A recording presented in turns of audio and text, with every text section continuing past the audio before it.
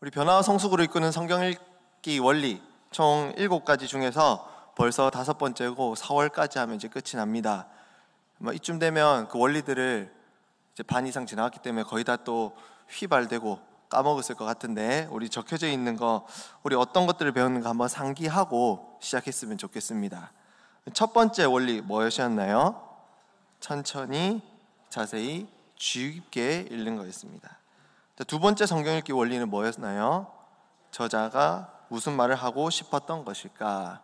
성경의 원저자이신 하나님과 인간 저자는 무슨 말을 하고 싶었던 것인가를 유념하면서 읽어야 한다는 것이었습니다. 세 번째는 무엇이었나요? 인물 중심, 하나님 중심 중에서 무슨 중심으로 읽어야 되죠? 하나님 중심으로 읽어야 합니다. 지난주에 배웠던 겁니다. 네 번째 원리는 무엇이었습니까? 눈치 있는 독서, 문맥을 파악해서 눈치껏 무슨 의미인지를 잘 파악해서 읽어야 된답니다. 오늘 5번째 원리인데 우리 같이 한번 읽어보겠습니다. 5번째 원리 시작. 그땐 어떻게 생각했던 것일까? 역사적, 문화적 배경에 비추어 읽기입니다. 아까 목사님 설명하셨다시피 수천 년간, 2000년 이상에 되는 시기, 그 시대적 간격이 있습니다. 그래서 그 시대 때는 어떤 의미로, 어떤 배경으로, 어떤 의미로 우리 성경을 읽었을 것인가를 고려하는 건데, 자 그러면 처음부터 이걸 굳이 우리가 어떻게 다 알 수 있지? 이거는 이제 목회자나 신학자들이 연구할 일 아닌가? 내 살기도 바쁜데 언제 또 이제 고대 근동학 저서들, 성경 배경 어떤 책들을 다 읽고 앉아 있을 수 있을까라는 생각이 드시죠? 그렇지 않습니까? 맞아요. 매번 다 읽고 찾아보고 성경 묵상할 때마다 책들, 참고 서적들 다 읽을 수는 없겠죠. 그죠? 이거는 꾸준히 성경을 읽고 꾸준히 하나님의 말씀을 듣고 차근차근 훈련을 받아온다면 자연스럽게 축적되는 지식이 있을 거예요. 근데 오늘 성경 말씀을 듣고 아주 간단하게 이 원리, 옛날에는 이 무슨 의미였을까라는 이 질문만 한번 던져보아도 그냥 훨씬 풍성한 성경 읽기 원리로 성경의 의미를 깨달아지는 그런 것들을 경험할 수 있을 거예요. 하다 모르면 물어볼 수 있잖아요. 그죠? 그만큼 관심을 가지게 되는 거고 성경 읽는 즐거움이, 풍성함들이 분명히 많아질 줄 믿습니다.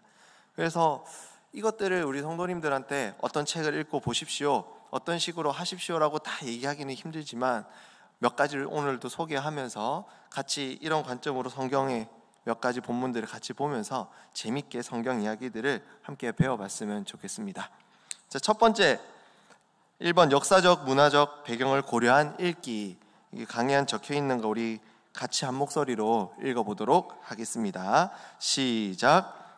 하나님이 성경을 특정한 시대에 특정한 지역에서 살던 사람들을 위해 특정한 언어로 기록하게 하셨기 때문에 성경의 모든 본문은 역사적, 문화적 상황을 반영하고 있습니다. 신약 성경의 본래 독자들은 1세기 팔레스타인과 그리스 로마 문화권에 속한 유대인들과 이방인들입니다. 구약 성경의 본래 독자들은 고대 근동 문화권에 속한 팔레스타인 지역에 살던 이스라엘 사람들입니다. 이 문단은 이해되시죠?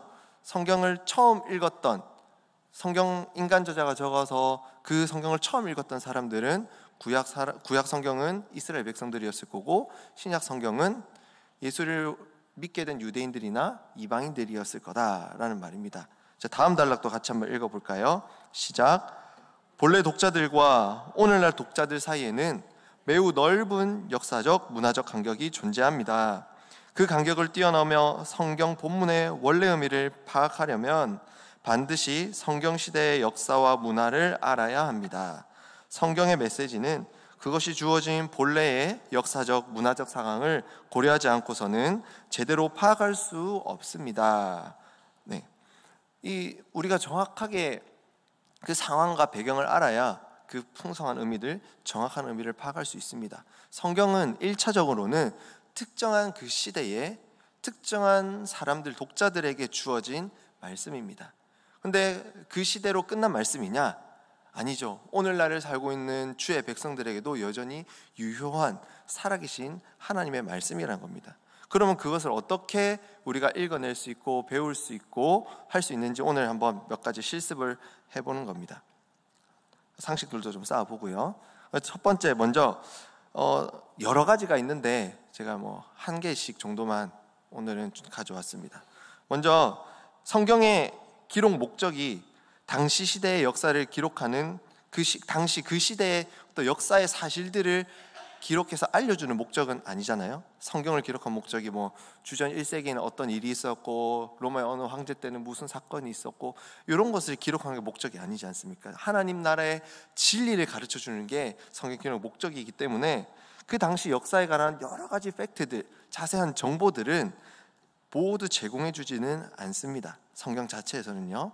그래서 성경 자체에서 이 역사적인 배경을 알 수 있도록 어떤 성경 자체로만 보더라도 알 수 있는 부분도 있고 또 모르는 부분도 굉장히 많이 있습니다.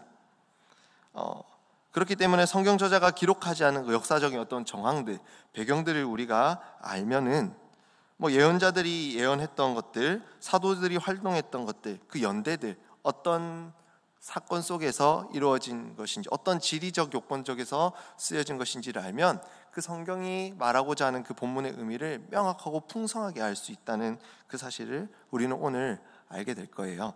그래서 첫 번째 이제 예시로 가져온 게 헤롯입니다. 헤롯.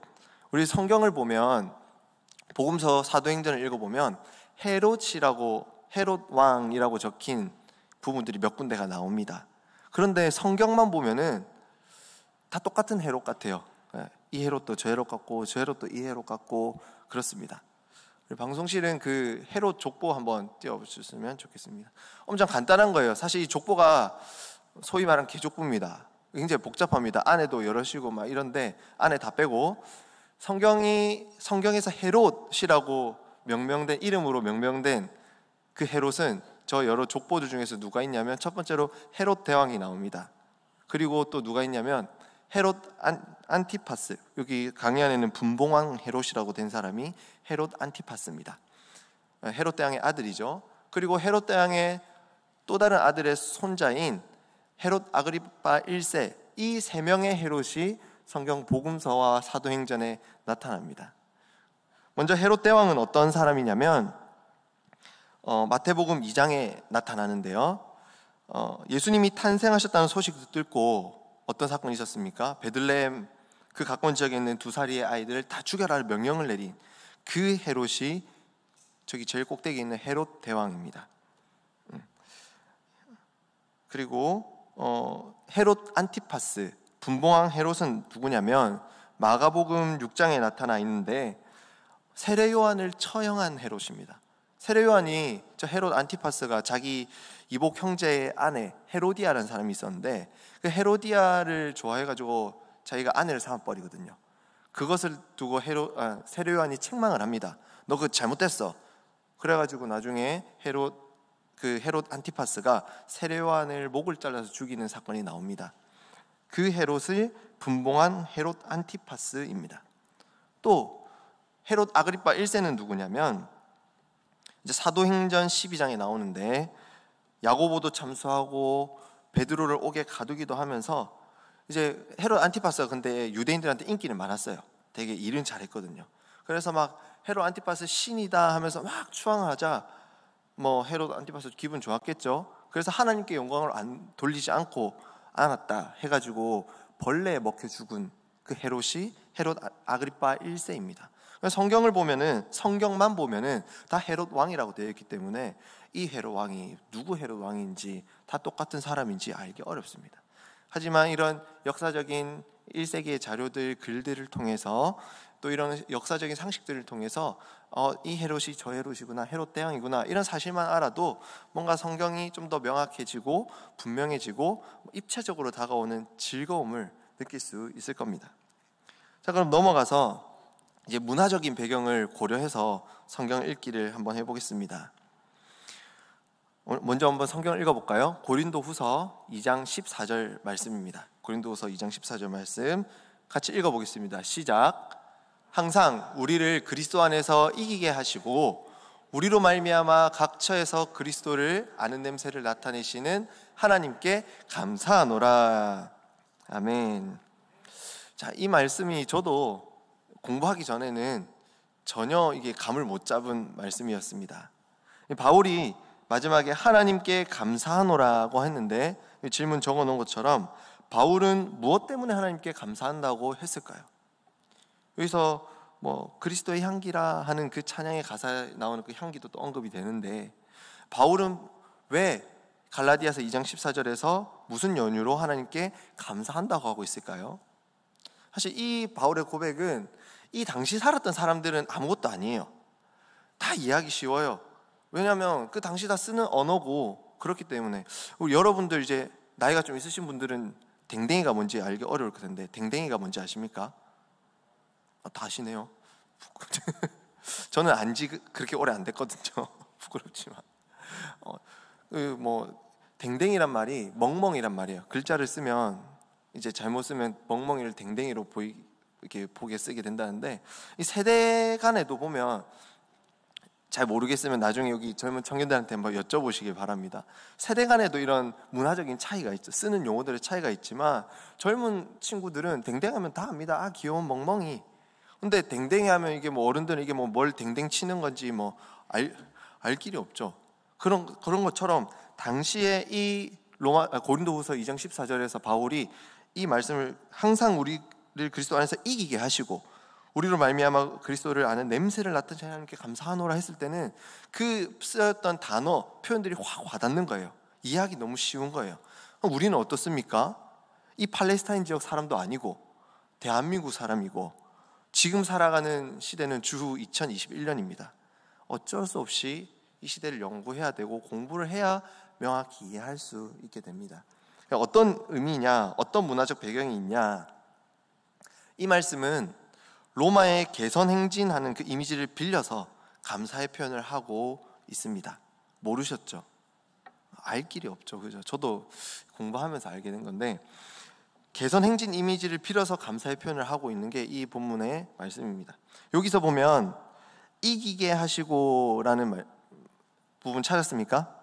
이기게 하시고, 이 말을 이 헬라어로 쓰는 그들이 쓰는 단어로는 고대 문헌에서는 승리의 개선 행진을 묘사하는 데 쓰였던 단어라고 합니다. 우리는 뭐 잘 모르겠지만 그들은 잘 아는 거예요. 이 단어 딱 쓰면은 개선 행진, 전쟁하고 장군이 멋지게 행진해서 들어오는 그 행진을 딱 떠올렸을 거란 말이죠. 자, 당시 개선 행진의 모습은 이랬습니다. 우리는 잘 모르잖아요. 그죠? 근데 당시 사람들 잘 알았어요. 어떤 모습이었냐? 당신의 그 개선 행진 제일 앞에 선두에는 누가 있었을까요? 포로들이 있었어요. 전쟁에서 승리해서 데리고 잡아온 쇠사슬이 묶인 적국의 특별히 좀 고위층들, 왕이면 왕, 뭐 귀족이면 귀족, 그런 적군의 포로들이 있었고, 그리고 적에게서 노획한 많은 전리품들을 앞으로 쭉 보냈습니다. 그 뒤를 따라서 이 전리품들이 따라온 거죠. 그리고 그때 개선 행진할 때는 그 당시 전쟁의 승리를 재현하는 쇼, 연극을 하기도 했고, 그 다음에 개선 행진의 주인공들이 등장합니다. 누구겠습니까? 전쟁에서 승리한 병사들과 장군이겠죠. 여러분들이 이제 상상하는 어떤 이미지가 있을 텐데, 내필에 멋진 준마를 타고 멋진 마차를 탁 타고 입장하는 그 장면, 그 전쟁의 주인공, 개선 행진의 주인공 장군도 등장을 합니다. 월계관도 쓰고요.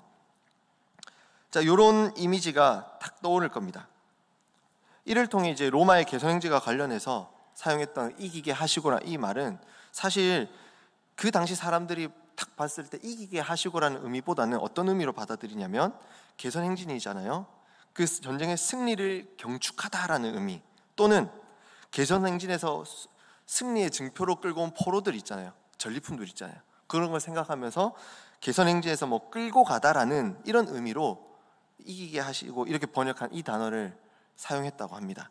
그러면 특별히 이 단어를 사용할 때 어떤 목적어가 있다면 그 목적어를 지칭하는 그 사람을, 그 포로들을 개선 행진에서 포로로 끌고 가다, 개선 행진에서 그 포로로 승리해서 사로잡은 포로를 끌고 가다라는 의미로 사용을 했다고 합니다. 자, 그러면 이 당시 사람들이 이해했던 언어로 이해하기 쉽게 다시 한 번 더 번역을 해보면, 이 2장 14절 말씀은 이렇습니다.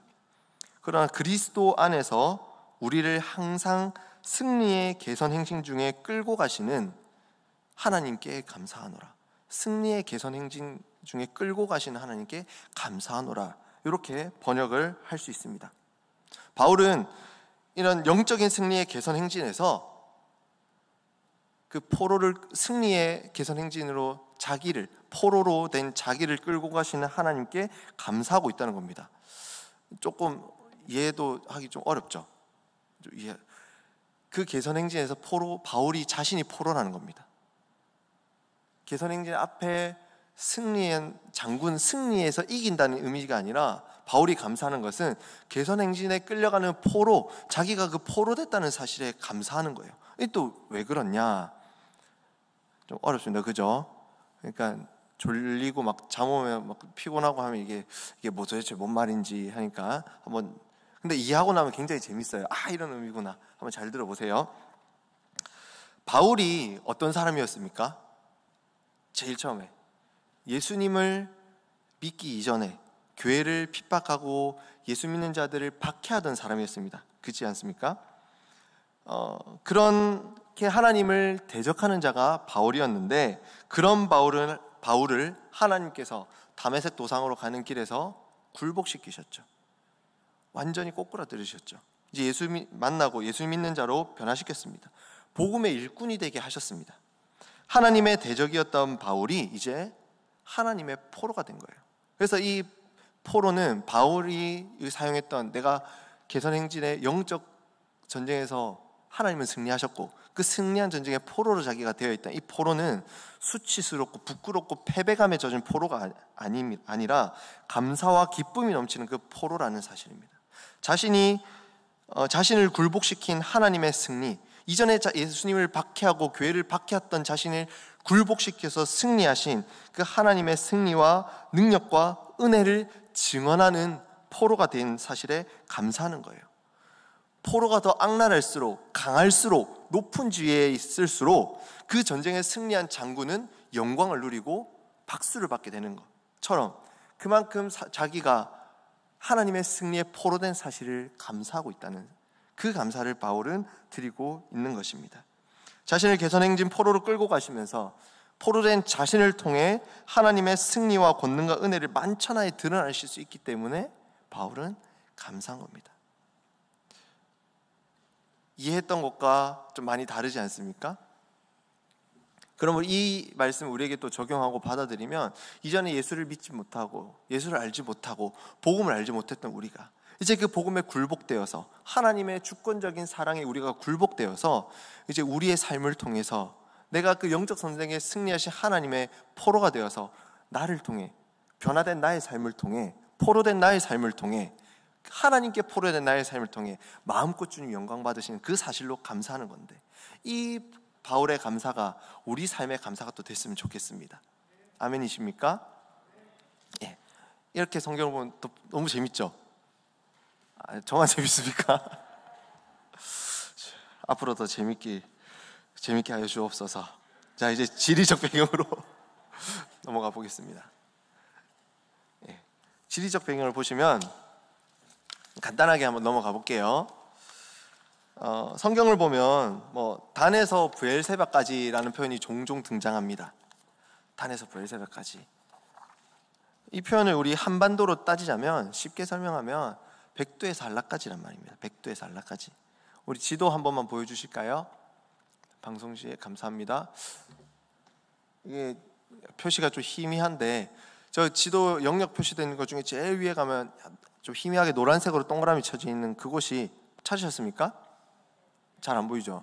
근데 제일 위에, 네, 감사합니다. 저 마우스 커서 움직이는 저곳이 단입니다. 단. 그리고 밑에 쪽 보면, 거의 밑쪽 부분 보면 저쪽이 브엘세바입니다. 그래서 북쪽의 단부터 남쪽의 브엘세바까지, 단에서 브엘세바까지라 하면 이스라엘 전체를 표현하는 그런 상용구입니다. 성경에서 단에서 브엘세바까지 하면 도대체 여기가 어딘고 하지 마시고 그냥 이스라엘 전체를 의미한다고 생각하시면 되겠습니다. 자, 그리고 지리적 배경에 보면, 이제 저는 또 되게 재밌는 부분인데 여러분들은 재밌을지 모르겠습니다. 주여 재밌게 하여 주옵소서.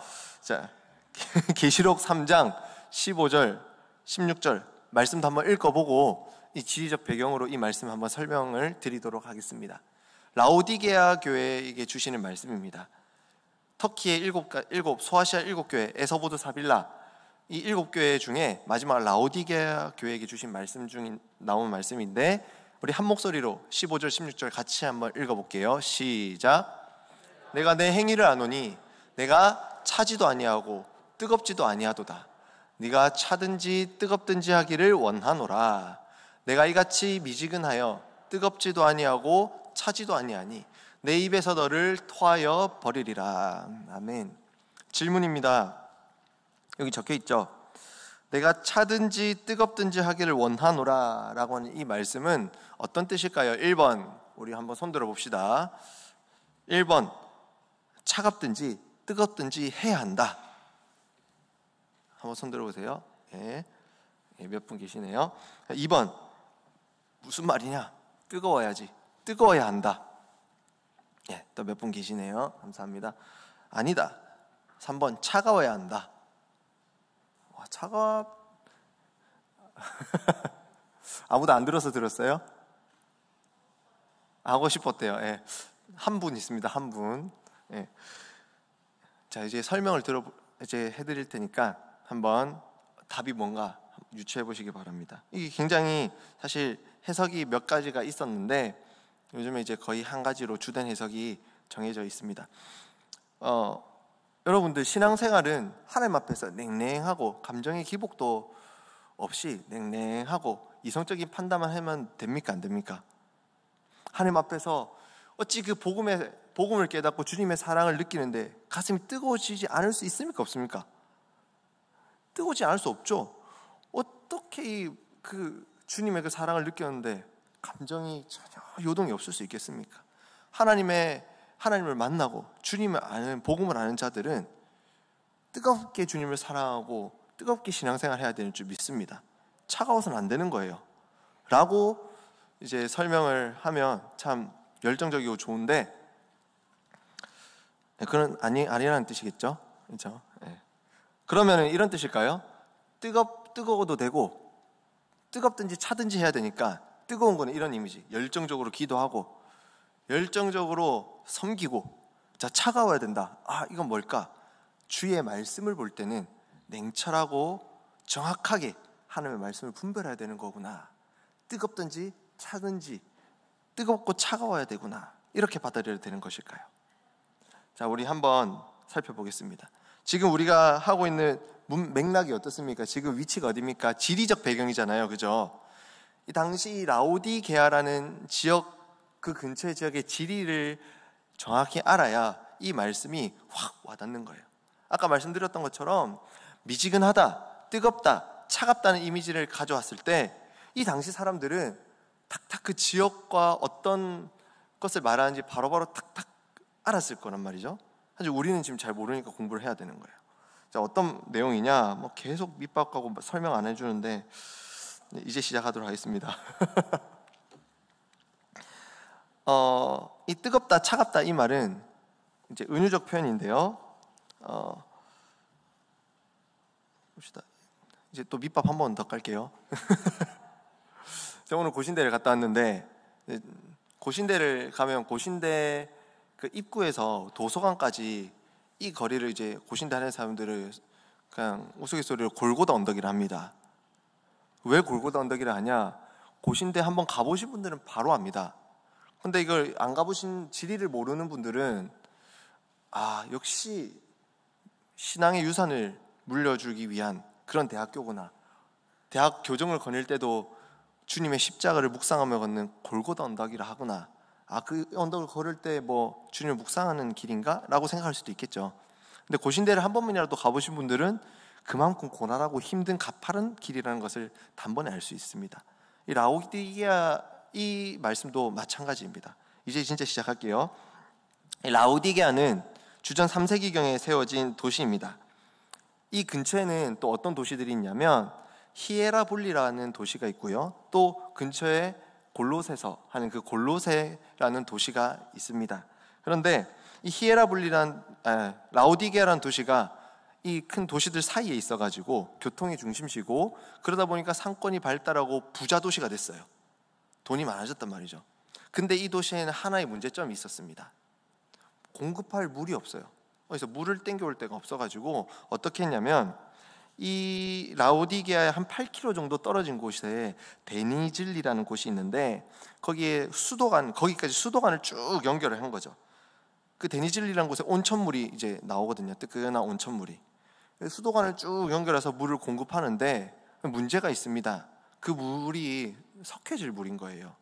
근데 석회질 물이 엄청 뜨겁거나 차가울 때는 좀 괜찮은데, 이게 미지근할 때는 그냥 좀 역겨워서 토해낼 수밖에 없었다고 합니다. 뭐 석회질, 무기질 섞여 있고 이제 끓여 먹거나 이렇게 먹어야 되는데, 그 상황을 아니까 라오디게아 지역의 사람들은 자기들이 미지근하게 먹는 그 물의 상태를 아니까, 먹을 수 없고 내가 이렇게 마실 수 없는 물이라는 걸 알기 때문에 미지근하면 안 된다는 했을 때 팍 와닿는 거죠. 또 그럼 뜨겁든지 차든지 해야 된다, 이 말은 도대체 무엇일까 하면, 아까 말씀드린 두 도시 히에라볼리아와 골로새는 둘 다 물로 유명합니다. 어떤 물로 유명하냐? 한쪽은 뜨거운 물로 유명하고 한쪽은 시원한 물로 유명합니다. 히에라볼리는 뜨거운 온천물로 유명했습니다. 그리고 반면에 골로새는 차갑고 깨끗한 물로 유명했다고 합니다. 히에라볼리라는 곳을 지금은 파무칼레라는 이름으로 들어보셨나요? 파무칼레? 유명한 관광지로 되어 있답니다. 사진 한번 보여주시겠어요? 파무칼레, 그 하얀 색깔, 그 예쁜 배경의 사진입니다. 멋있죠? 저게 따끈한 온천물이랍니다. 너무 예뻐요. 한 번 더 다른 거 보여주시겠어요? 그 관광지 사람들 많이 있는 거. 못 찾으셨습니까? 안 그러면 그거 보셔도 됩니다. 염상성 목사님이 나타난 사진도 한번. 네. 염 목사님이 이 얘기 하니까 자랑하더라고요. 너무 좋대요. 우리 청년들 염 목사님이 꼭 같이 가고 싶답니다. 기도하셔가지고 저도 너무 가고 싶거든요. 꿈을 한번 꿔봤으면 좋겠습니다. 너무 그렇게 예쁘대요. 이 파무칼레, 이 히에라볼리라는 곳에서 저런 온천수로 굉장히 유명했다 해요. 그래서 예전에 그 옛날 시대 클레오파트라도 이곳에서 온천을 즐기고, 그래서 치료받는 효능도 있고 해서 굉장히 인기가 많았다고 합니다. 또 반면에 아까 말씀드린 골로새라는 지역은 이렇게 석회질에 있는 물이 아니라 깨끗하고 차가운 물로 유명해서, 그 당시 기후가 덥고 건조하고 하다 보니까 차갑고 시원하게 해주는 이 골로새 물이 굉장히 인기가 있었다고 합니다. 그러므로 이 라오디게아를 보면서 주님이 하신 그 말씀, 뜨겁든지 차든지 해야지 미지근하면 안 된다, 이 말씀은 신앙의 열정이 식으면 안 되고 뜨거워야 한다고 말씀하시는 것이 아니라, 뜨겁든지 말씀 올 때 냉철해야 된다든지 이런 의미가 아니라, 이 도시의 풍요로움, 자기 부자 도시 됐다고 아니라고 영적인 자만함에 빠져서 아무런 유익함 없는 무익한 존재가 되지 말라는 말씀입니다. 무익한 존재가 되지 말고 오히려 그 히에라볼리의 온천수처럼 뜨겁거나 골로새의 물처럼 차갑든지 유용할 수 있는, 그 하나님의 자녀로서 세상의 소금과 빛이 되어야 되는 말처럼 그런 맥락으로 받아들여야 된다는 말씀입니다. 오늘날 우리에게도 그렇게 적용할 수 있는 거죠.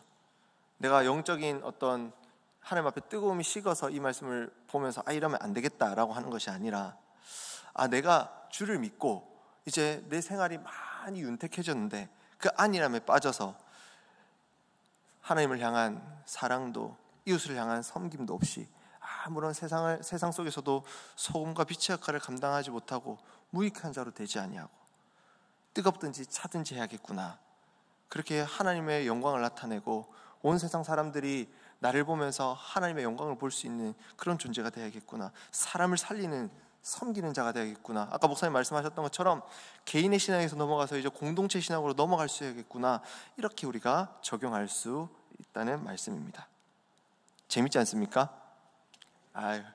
이제 좀 강요해서 몇 분이 고개를 좀 끄덕여 주시는데 감사합니다. 자, 하나만 더 볼게요. 간단하게. 디모데후서 4장 21절 보면 바울이 자기의 제자인 디모데에게 이렇게 얘기를 합니다.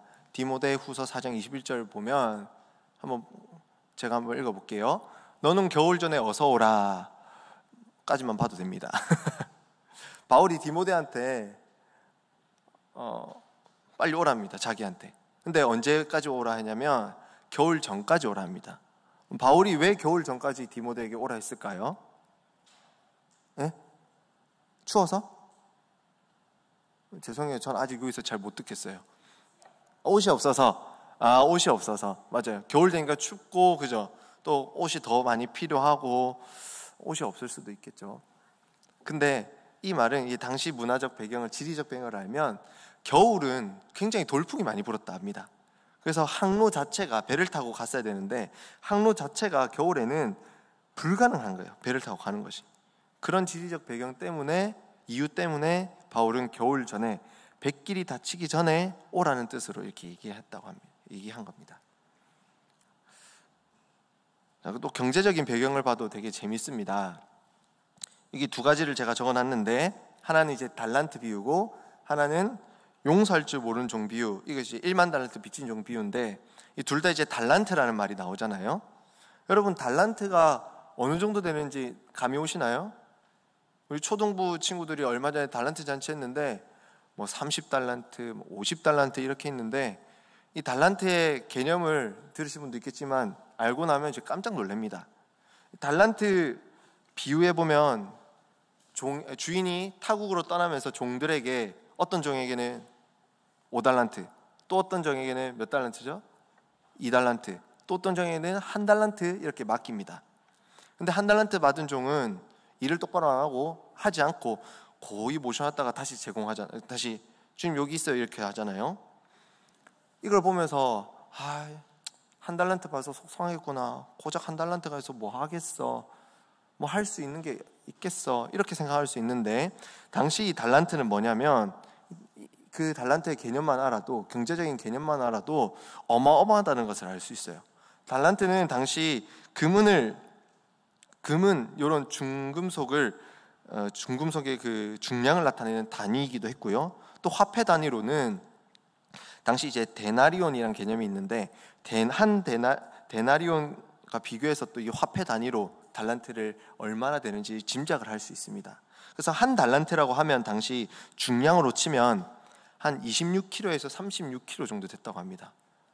그럼 금 1달란트면 어마어마하겠죠, 그렇죠? 금을 제대로 들기도 힘들 만큼 무거운 겁니다. 그리고 이제 한 데나리온이라는, 제가 말씀드렸는데, 한 데나리온은 당시 기술자들, 노동자들, 군인들이 하루 일당으로 받은 그 단위라고 합니다. 그러면 한 데나리온을 그냥 일당으로 10만 원으로 쳤을 때, 한 대는 10만 원으로 쳤을 때, 지금 또 숫자가 나와서 저도 머리가 조금 멈췄습니다. 자, 1달란트 받은 그 종, 그 1달란트는 얼마 있겠습니까? 1달란트, 한 데나리온이 10만 원이라고 쳤을 때, 한 대는 10만 원을 쳤을 때 1달란트는 숫자가 나오니까 굉장히 약해지고 있습니다 지금. 1달란트는 얼마냐면, 하나로 계산을 하면 6억이라는 돈이 나옵니다. 6억. 1달란트 6억. 많이 맡겼죠, 1달란트면.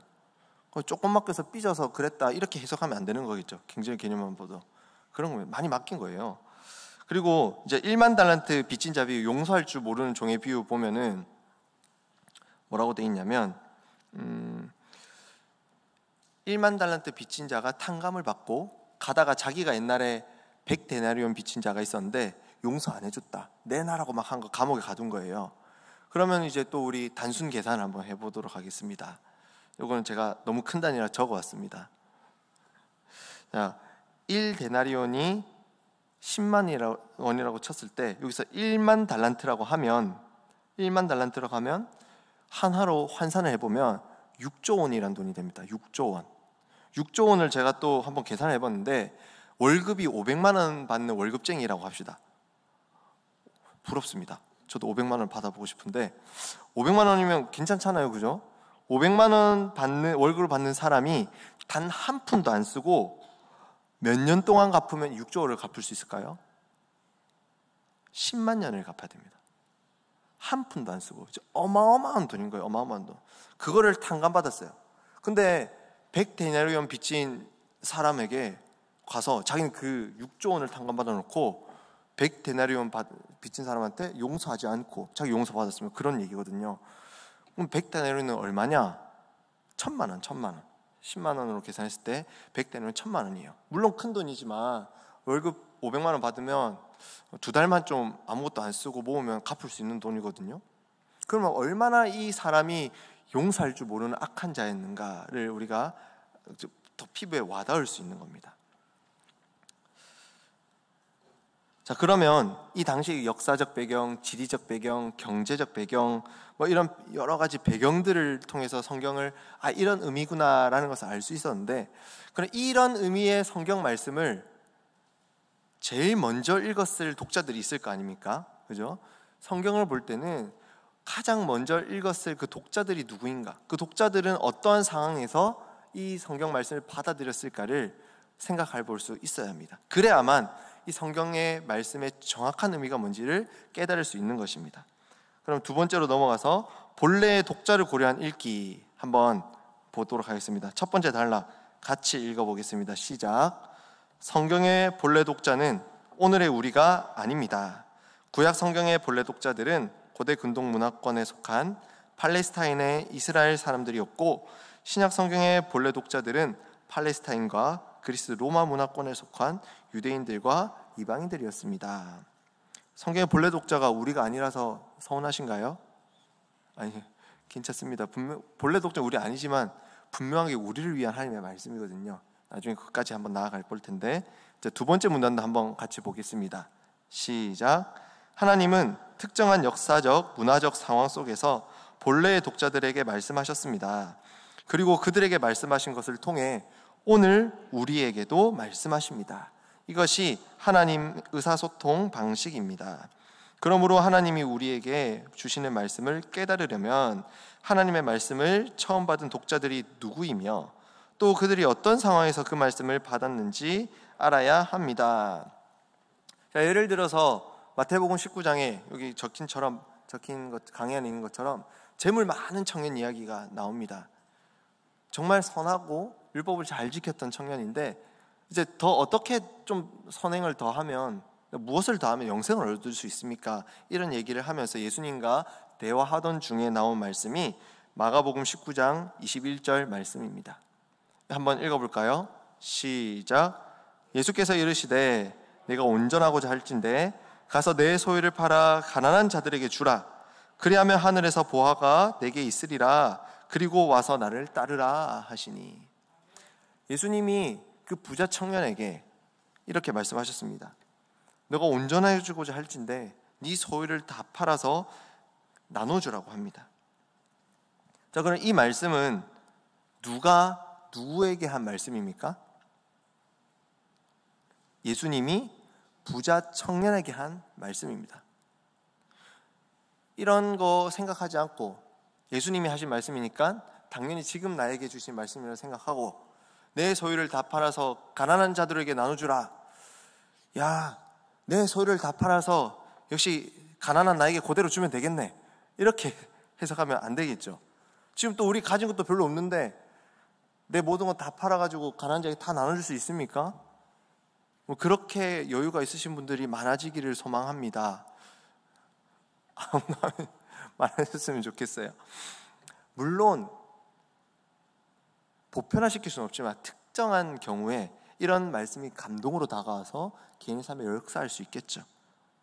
그래서 어려운 자들에게 이 말씀의 감동을 받고 내 것을 나누어 주고 구제를 할 수도 있겠습니다만 이것을 보편적으로 적용할 수는 없습니다. 왜? 예수님이 분명하게 부자 청년, 부자 관원인 이 한 청년에게 하신 말씀이기 때문입니다. 1차적으로 그런 거예요. 그러면 이 말씀이 오늘날 우리에게는 예수님이 그 부자 청년에게 하신 말씀이니까 나랑은 상관없는 말씀이겠네. 그럼 성경에 왜 이 말씀이 기록되어 있을까요? 물론 1차적으로 부자 청년에게 한 말씀이지만 이 말씀은 분명히 오늘날 살아가는 우리에게도 준 교훈과 영적인 원리가 있다는 사실을 우리는 기억해야 합니다. 그것을 발견해야 되는 거죠. 그렇다면 마태복음 19장 21절 너의 소유를 팔아서 가난한 자들에게 나눠주라. 그러면 하늘에 보화가 있으리니, 이 말씀이 오늘날 우리에게 주는 교훈은 무엇일까요? 분명합니다. 실제로 우리 소유를 다 팔아라고 하는 교훈은 아니지만 재물에 대한 그 사랑을 내려놓아야 한다는 그 도전입니다. 오늘날 그 강력한 힘을 가진 이 돈, 무엇보다 강력한 힘을 가진 이 우상이 되어버린 이 돈, 그 돈에 대한 우리의 마음을 내려놓아야 한다는 도전을 우리에게 주는 말씀이 될 수 있습니다. 예수님을 따르고자 하는 모든 사람들에게 예수님을 따르는데 장애가 되는 꼭 재물이 아니더라도 재물을 포함한 다른 어떤 우상처럼 여기고 의지하는 것들을 다 내려놓아야 한다는 것입니다. 그것이 예수를 따르는 것이요 제자가 되는 것이고 예수님을 믿고 의지한다는 것입니다. 그러면 이 말씀을 볼 때 우리는 고민할 수 있겠죠. 이 부자 청년이 예수님보다 더 믿고 의지하고 사랑하는 재물이었는데 부자 청년은 나에게는 이런 재물은 무엇일까 고민해보고 주님을 따른다, 내가 신앙생활한다, 교회 간다고 하면서 여전히 주님보다 더 사랑하고 의지하고 따르는 것은 무엇인가, 내려놓지 못하는 것은 무엇인가 고민해 볼 수 있는 거겠죠. 그리고 결단하면서 주님, 이 부자 청년이 자기의 소유를 팔아 가난한 자들에게 나눠줘야 했던 것처럼 그 청년은 실패했지만 나는 주님을 정말 사랑하며 주님을 따르고자 내가 의지하고 내가 더 사랑했던 것들을 이 시간 내려놓겠습니다. 그렇게 주님의 제자로 주님을 따르는 자가 되겠습니다 라고 우리는 이 말씀을 통해 결단할 수 있다는 사실입니다.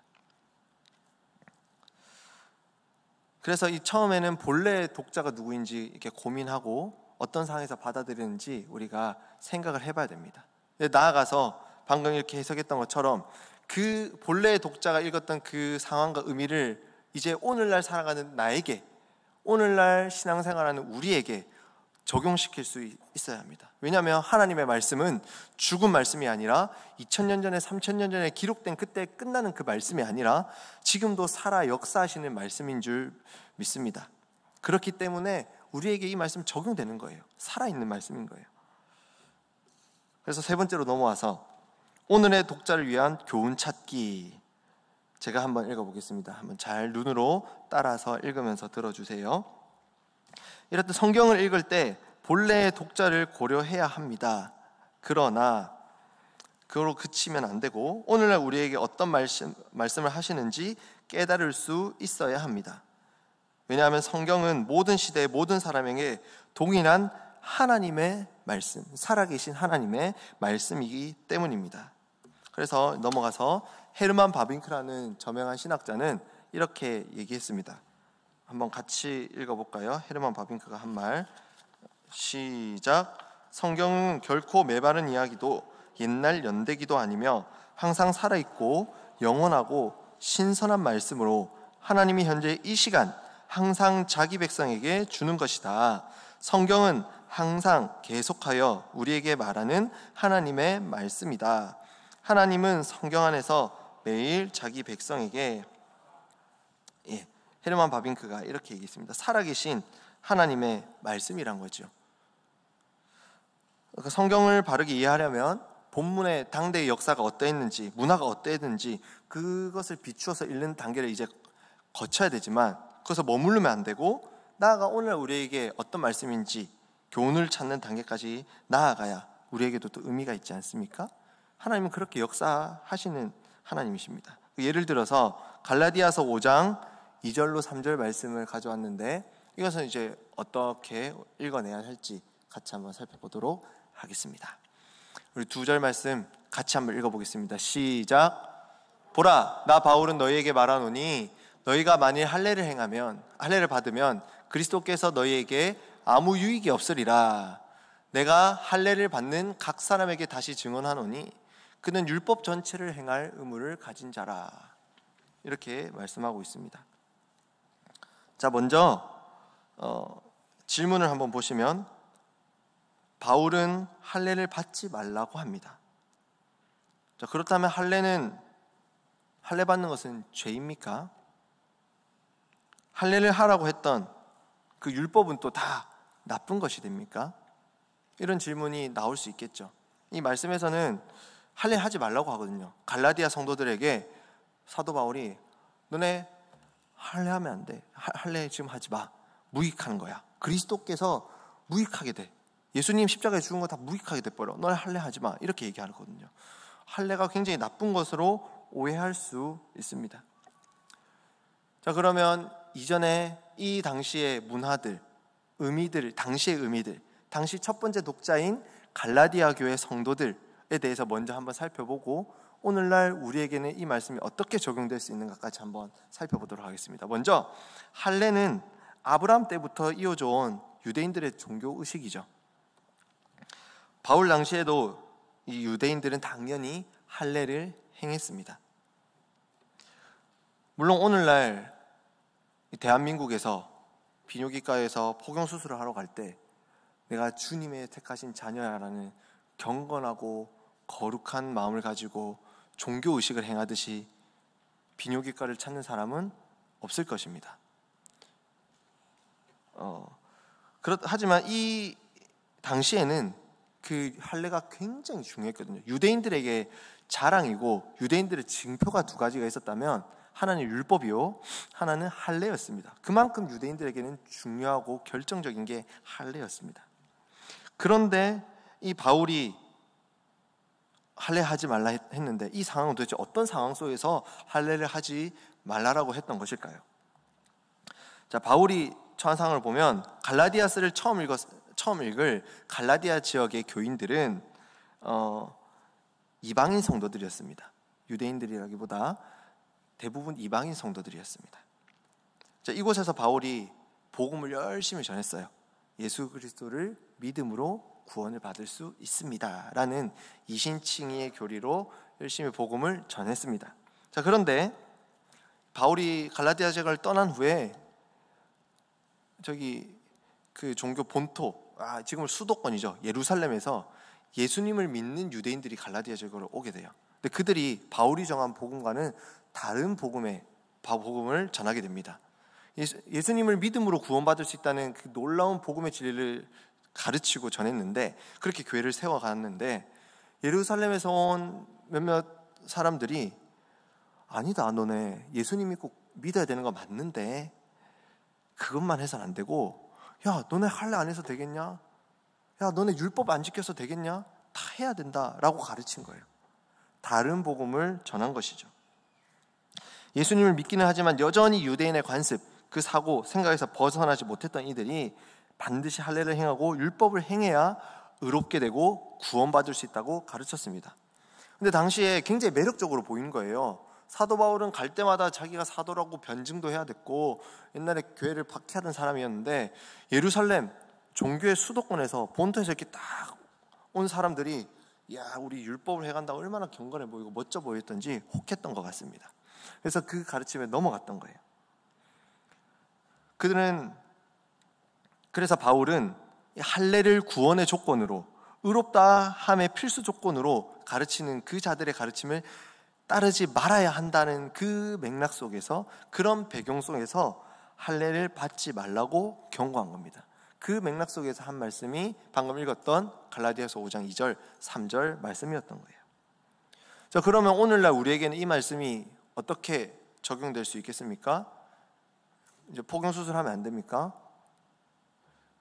그렇다면 이 말씀은 오늘날 우리에게 주는 교훈은 할례와 같은 종교의식, 유대인들이 반드시 지켜야만 구원을 얻을 수 있었다고 목매었던 것 같은 그 종교의식인 할례, 그 할례와 같은 종교의식이나 어떤 사람의 행위를 우리 구원의 조건, 의롭다 함의 조건으로 간주해서는 안 된다는 겁니다. 신앙생활을 함에 있어서 헌금이 기준이 되거나 출석이 기준이 되거나 주여를 얼마나 크게 기도하는 것이 기준이 되거나 얼마나 많은 사람들을 꾸준히 잘 섬기는 것이 기준, 그런 행위가 기준이 돼서 안 된다는 것, 종교적 행위가 기준이 돼서 안 된다는 것이 이 말씀의 의미고 우리가 오늘날 우리에게 받아들일 수 있는 교훈이 되는 것입니다.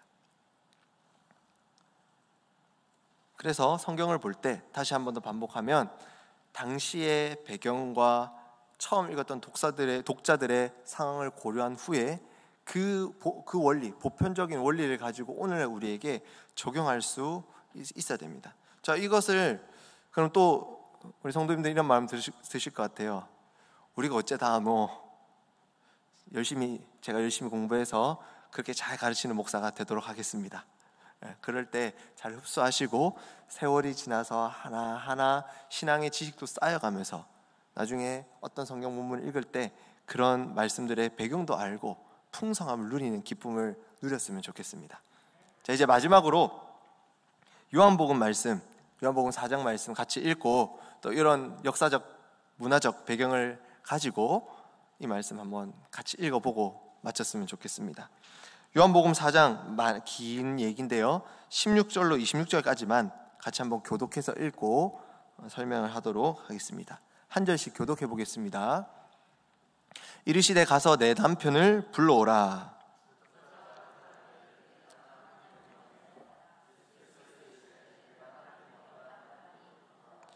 너에게 남편 5이 있었고 지금 있는 자도 내 남편이 아니니 내 말이 참되도다. 우리 조상들은 이 산에서도 예배하였는데 당신들의 말은 예배할 곳이 예루살렘에 있다 하더이다.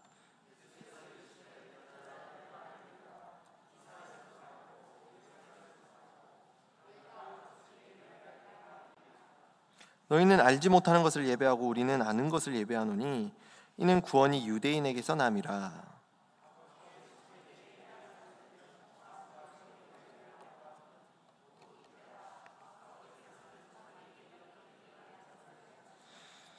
하나님은 영이시니 예배하는 자가 영과 진리로 예배할지니라.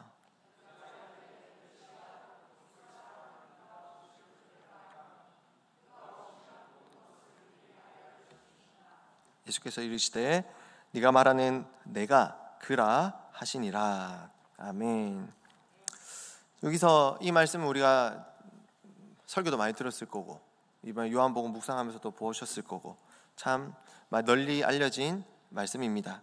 예수님이 사마리아를 지나가면서 수가라는 동네에 이르러서 그 우물에 물을 길러온 한 여인과 사마리아 여인과 만나서 얘기한 장면입니다. 여인과 만난 시간이 성경 이제 좀 더 앞을 보시면 6시라고 되어 있습니다. 제 6시라고 되어 있는데 이 6시는 이것도 좀 재밌어요. 이거를 다 설명하면 굉장히 긴데 두 가지 썰이 있습니다. 하나는 유대식으로 해가지고 6시라고 하면 해 뜰 때를 이제 하루의 시작으로 보는 유대인들로 치면 6시라고 하면 정오를 뜻합니다. 낮이 해가 중천에 떴을 그때를 얘기합니다. 근데 로마식 시간으로 하면 새벽 6시나 밤 오후 6시가 될 수도 있습니다. 오늘날 우리의 시간 개념과 동일하죠. 두 가지 어떤 학설이 있는데 저는 예전에는 낮 12시인 거라고 이제 생각을 했는데 요즘 아무리 생각해봐도 아침 6시나 로마 시간으로 저녁 6시나 이렇게 해야 맞는 것 같습니다.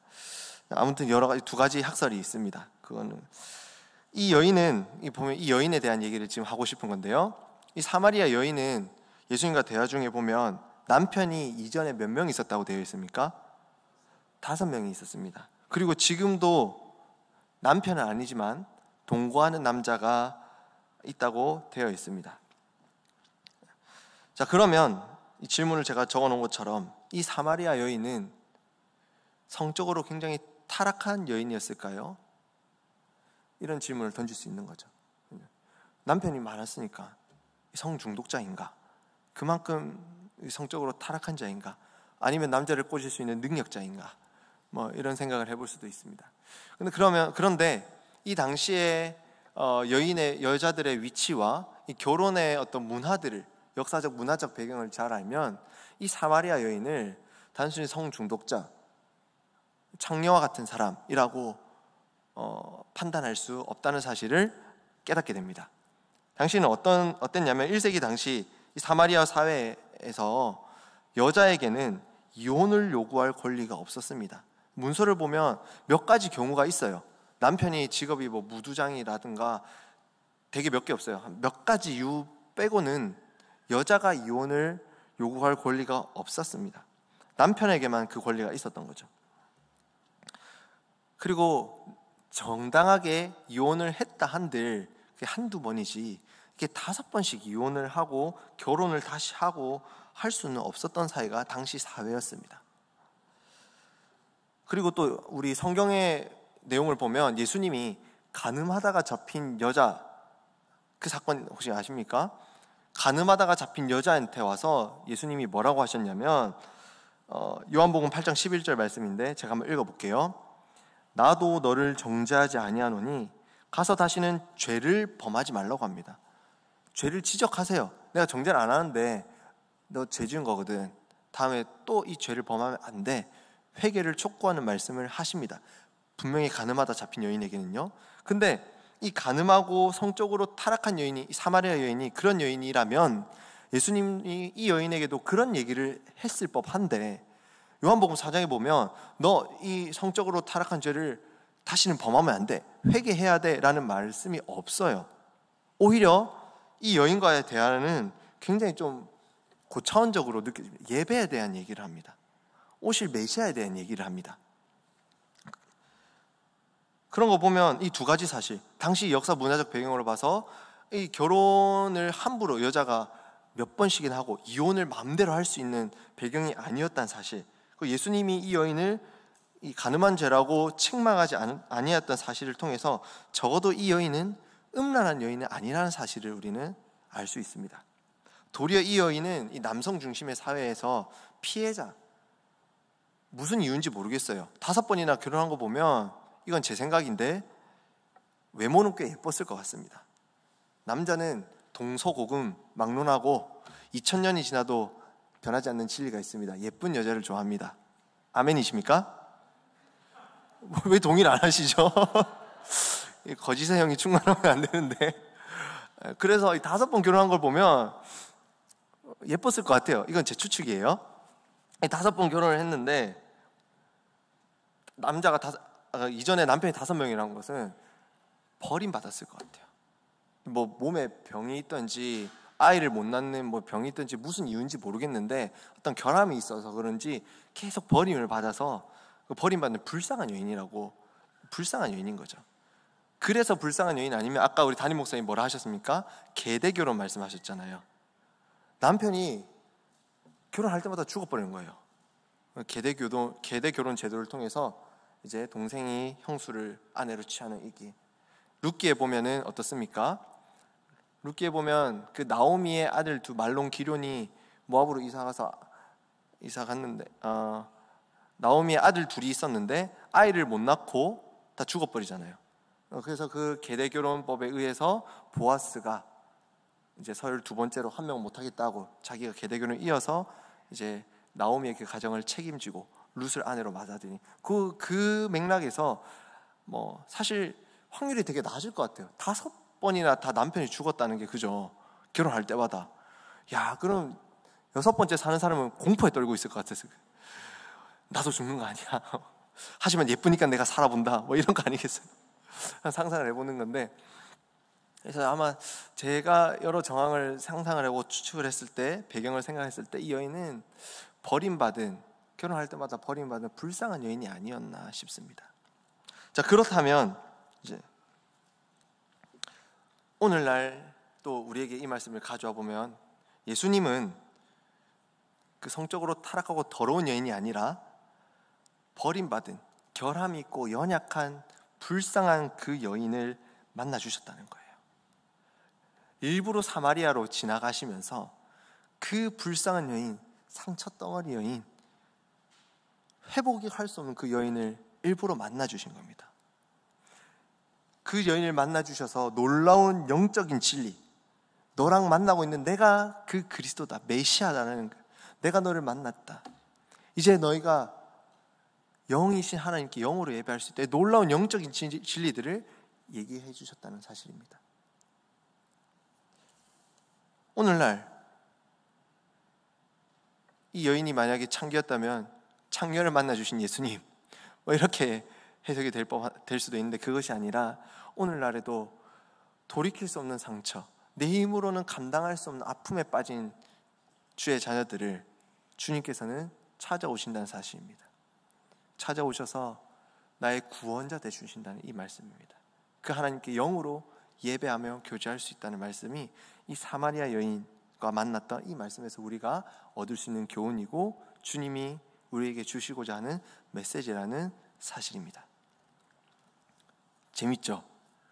저는 이 성경읽기 원리를 막 공부하고 배우면서 그 다음 성경을 읽으면서 진짜 재밌었거든요. 재미만 있는 게 아니라 굉장히 많은 유익을 누렸습니다. 그래서 저만 그러기 너무 아쉬워서 이 기쁨, 성경의 깊은 풍성한 의미들을 알아가는 기쁨을 같이 좀 꼭 누렸으면 좋겠습니다. 네, 이제 오늘 강의를 한번 요약을 해볼게요. 맺는 말입니다. 첫째, 같이 읽어볼까요? 시작. 성경 본문은 역사적 문화적 배경에 비추어서 읽고 해석해야 됩니다. 성경 본문이 기록된 구약이면 구약, 신약이면 신약, 그 시대의 문화와 배경을 이해해서 그 정확한 의미를 알 수 있어야 합니다.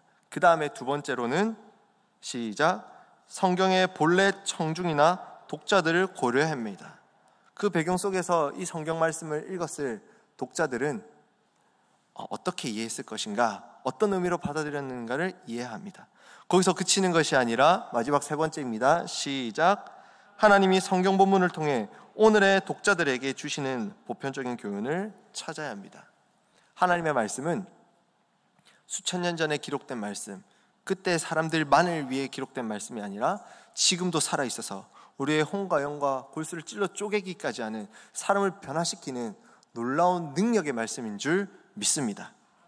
그래서 사마리아 여인을 만나셨던 그 예수님이 오늘날 답이 없는 우리에게, 불쌍한 우리에게, 아무리 나의 남편으로 만나고 위로받을 인간적인 어떤 것들로 채우려고 해도 채울 수 없는 우리에게, 아픔만 남는 우리에게 구원의 소망이 되셔서, 구원이 되셔서 우리에게 찾아오신 주님이 되는 줄 믿습니다. 사마리아 여인을 찾아오신 주님, 오늘날 우리에게 찾아와 주시는 주님인 줄 믿습니다. 그 주님 오늘도 살아계셔서 우리와 동행하시고 이 자리에서 주님께 드리는 예배를 받으시는 줄 믿습니다.